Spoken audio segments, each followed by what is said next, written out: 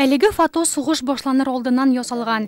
Кечкенә Надеждага нибары 11 яшь кенә була.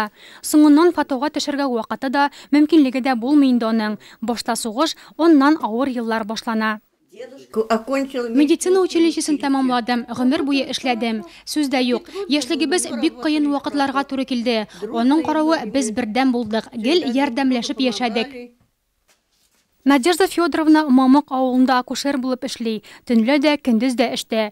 Йорт белән хастахана арасында елга агайды дип искә ала ул. Яз көне күперне су баскач, улы яр кырыенда үсеп утыручы ике агачка тимер чыбык бәйләп күпер ясый.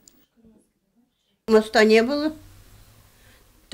Күпер юк иде. Ике бүрәне аша чыгып йөрдек. Тәүлекнең теләсә кайсы вакытында эшкә чакыралар иде. Бер вакыйга истә калган. Бер ханымны бала таптырга китерделәр. Кишәнми, дөресрәге кишәнә белмим ди. Ачуым килеп сугып җибәрдем. Шундук кишәнергә тотынды. Озак та үтмәде, баласын да тапты.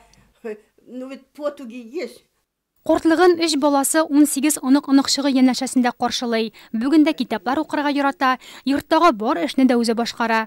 Мама все время была на работе. Әни гел эштә иде. Тәүлек буе эшләп, 3 бала үстерәсе авыр булгандыр инде. Шулай да бик яхшы тәрбия бирде ул безгә. Әтием 11 ел элек вафат булды. Ул ипи ташы машинасында эшләде. Надежда Федоровнаны 90 яшьлеге белән район һәм шәһәр башлыгы Рауль Кузюров та котлады. Юбилярга ихлас теләкләрен җиткереп, Россия Федерациясе президенты Владимир Путинның тәбрикләү сүзләрен җиткерде, чәчәк бәйләме һәм истәлекле бүләк тапшырды.